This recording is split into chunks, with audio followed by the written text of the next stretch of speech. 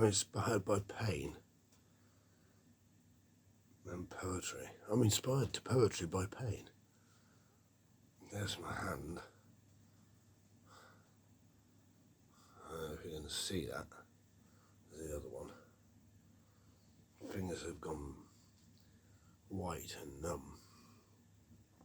I just found myself alive in bed, fully clothed, and I don't really recall what happened, other than I took some pain relief and zonked out. Ow. It's 2 a.m, 3 a.m. I'm up. I managed to get the generator started. It had run out. It's always a bugger to start if you let it run out. I'm drooling. Woke up with a beard full of drool. Wet. And just got the gas heater on, which was an achievement in itself. So now I've got my hands next to it. I'm sat right on top of the bloody thing, proffering my hands. Nice roll of fag though. Oh, I feel like Popeye. It's going to be difficult to light with no fingers.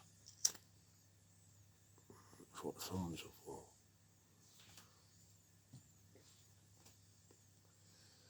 Posable thumbs, you see.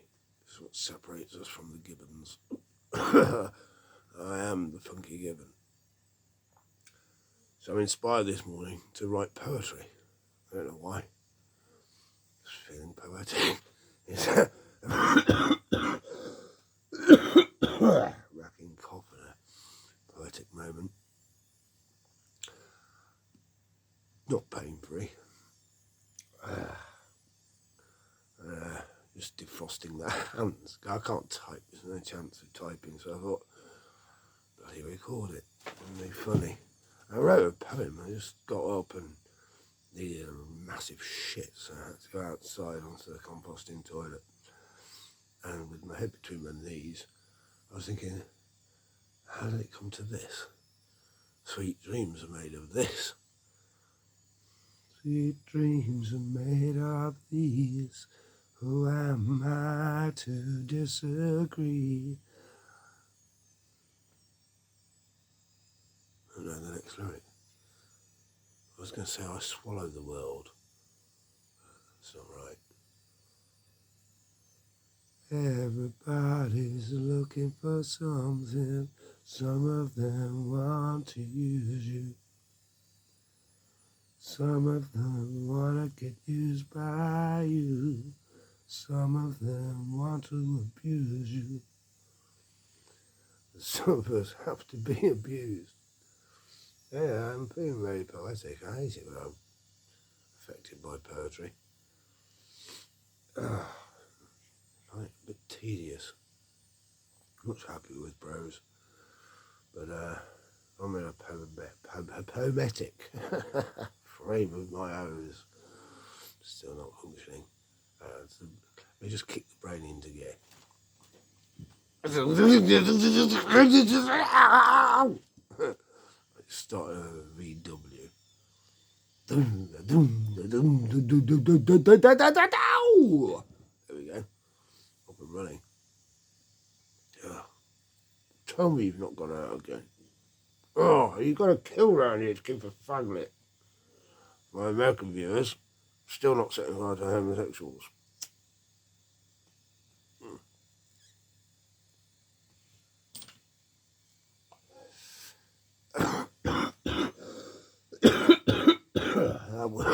That worked, didn't it?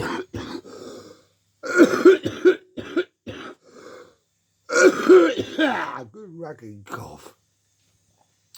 You do it to yourself, you do.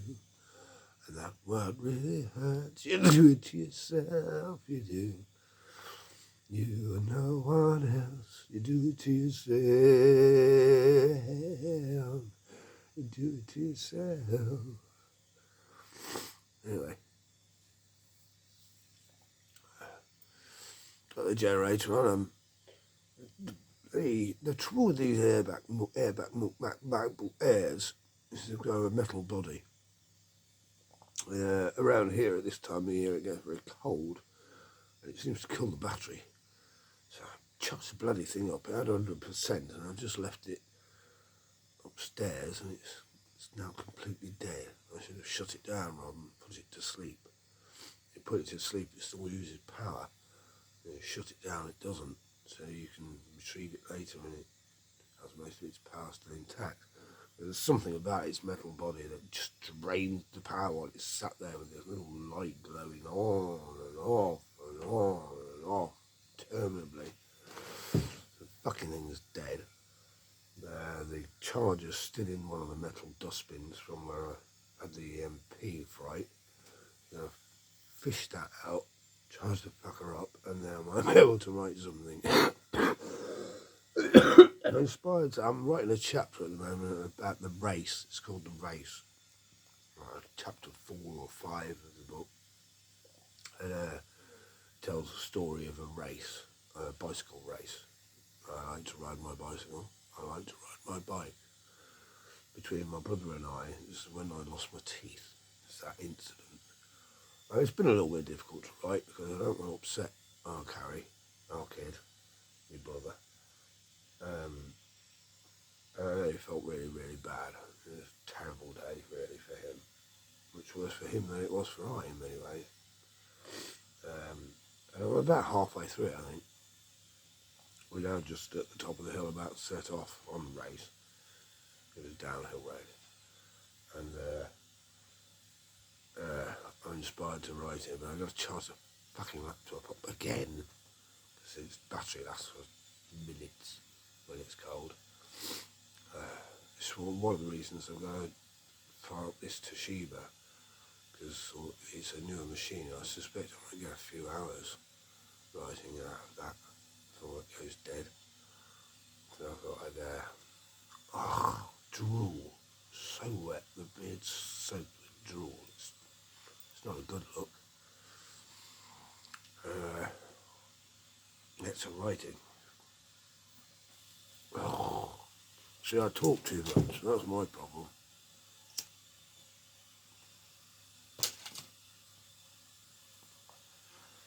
Hopefully I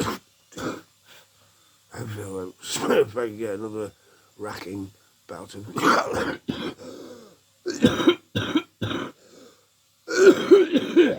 better. I've got the old phlegm up. Most of the phlegm's in the beer. God, the tooth hurt. No, tooth doesn't hurt, of course. Can't be the tooth. Tooth there. Can't hurt me now, can you? Little fucker. Anyway, got the kettle on. Make a mug of tea, pint of tea, and a pot of coffee. And get to the autobiography. Conclude the chapter that is The Race. It ended once ago with me in hospital. I was pretty fucked up that particular day. I was only 7 or 8. Didn't crash the bike. Luckily landed on my face. One of the reasons why I'm so beautiful, with my modelling good looks. Smashed all the teeth out. Just scraped all of the skin off my face. There was just some skin around the eyes, a little bit under the nose, but the rest was red, just flesh. All. So it just landed on my face. Lucky, really. What was also lucky is that I landed on pavement, mainly. My arm was in the road, and then it got run over by a 7.5-ton lorry and broken in 2 places. So I got no teeth, no face, and a wobbly arm. Ow! Oh, it hurts so much. I'm out of drugs, obviously, because I just took them all, didn't I? Left eye symbolism? No. Yes. Yes, I could be a Freemason.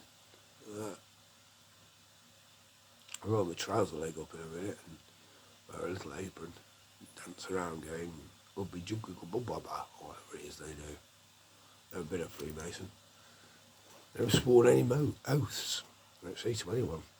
I did the Cub Scout pledge. We'll do our best. And then I got kicked out. I didn't last long. In fact, I was in a cast when I went on my first Cub Scout camp from my accident. Parents were always very keen to send me on any trips or holidays. They just wanted me out of the way, I think. They didn't know anything about this kid. He was just strange and weird, and any opportunity they had that I could be out of the household was a blessing. It's much like that these days. It's amazing I get beat up so often. Well, I rarely get beat up. I'm quite a good fighter. I find it easy to fight gangs. I don't know what to do when I'm just fighting a single individual. I'm best fighting around 7 or 8 people. Anyway, I just thought I'd share a few midnight thoughts. It's 3 in the morning. Kettle's about to boil. I'll get some tea. Tea's going to be good for the tooth, I think. If I can sip it, slosh it, I might throw a bit of salt in. Don't want an infection in that socket. I guess the day started at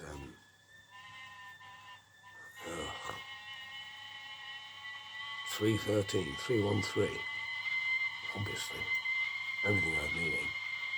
It's a palindromic number. Reads both ways. Scans. Oh, shush! Bloody kettle.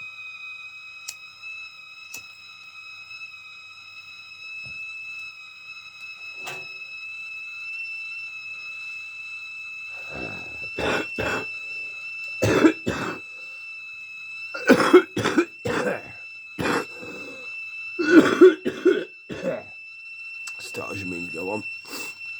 I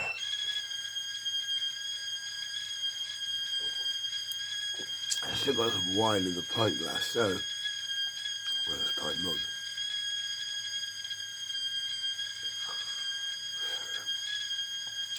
Half a stein from the Oktoberfest. It's the cheapest wine, but I did the trick. I can't make the tea, obviously, because I still have wine in my mug.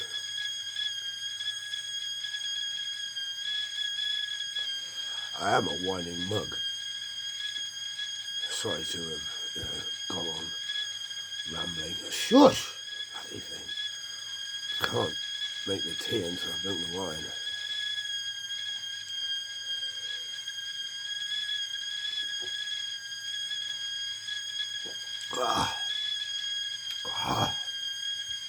That tastes cheap.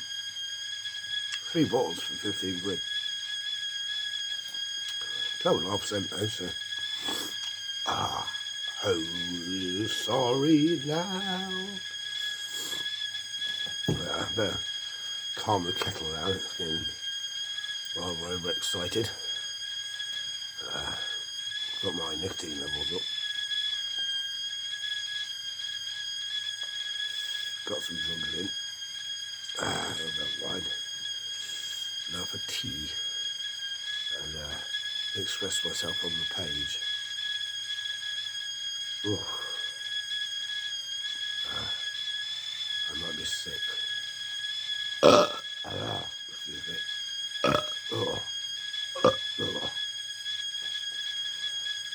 Yeah, I better get to it. Fucking autobiography won't write itself, will it? Much as I'd like it to. It'd be much easier if I could just speak it. I need that voice recognition software. I'm trying dictating and having it typed by someone, which is far easier than the 2-finger typing that I employ, but the material's that disturbing that the people that I dictated to just cry and break down. Or say kindly can't, that's not a word. I suspect the voice recognition software would be the same.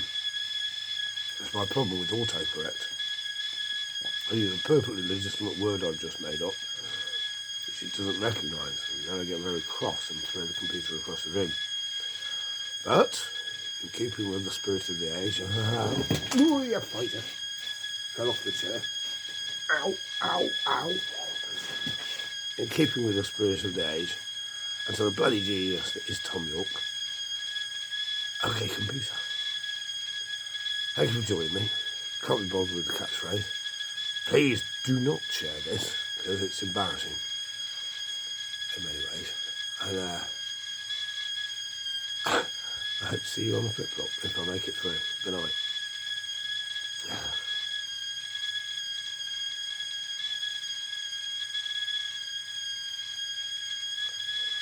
I'm Popeye the Sailor Man. Ow. Don't laugh. It hurts. Everything hurts. Sometimes. Shout out to Uncle Stipe. I defrost the hands. I hug the mug. So I don't really want to drink the tea. I won't be able to for a little while. I don't have milk in it, it stays hot. At least I can hug it and then hands will work. I only need this finger and this finger. Two-finger typist. I did try a typing course on a computer years ago on the Mac actually. Mavis Beacon's Learn to Typing program. It was great. And little games. You hit the letters and your frog will move around. I never really persevered with it. I never do with anything. I'm a dilettante by nature. Skip around. Can't focus. So rarely get things completed. I'm a starter, not a finisher. Ask any of my birds. Excuse me. Ask any of my ladies.